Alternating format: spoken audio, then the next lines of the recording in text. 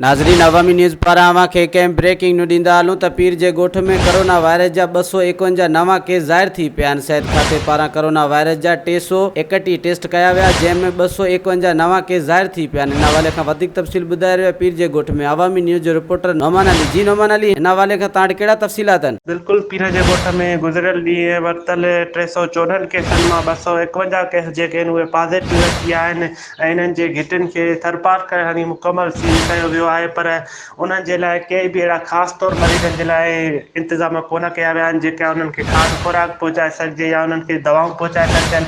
उन खां अलावा जेके पीर ॻोठ जा रहवासी आहिनि उहे बि सख़्तु परेशान आहिनि। लॉकडाउन दौरान उन्हनि खे कंहिं बि क़िस्म जी का बि घरनि में सहूलियत न ॾिनी वई आहे। जेके रोज़ दिहाड़ी ते कमाईंदड़ माण्हू आहिनि उहे सख़्तु परेशानी में मुब्तला थिया आहिनि।